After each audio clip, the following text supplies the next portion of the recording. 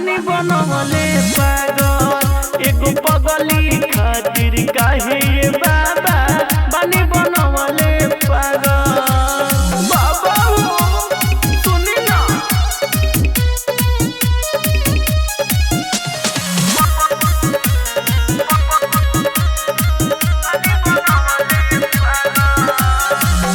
याद नहीं आवे वो कर नामवे भुला दे रहू रे ये बाबा कमनो माया चला दे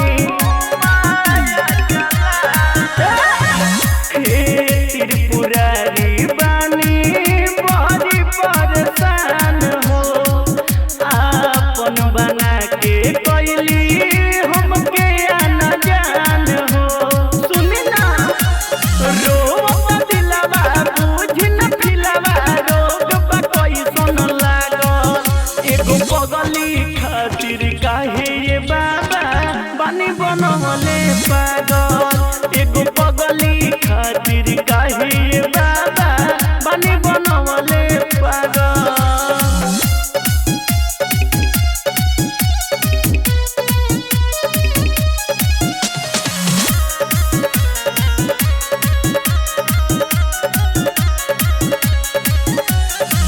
राइटर दूसरा जी अइले रौरा दुआरी रहू रे ये बाबा हमार जिंदगी सवारी। राइटर दूसरा जी अइले रौरा दुआरी रहू रे ये बाबा हमार जिंदगी सवारी।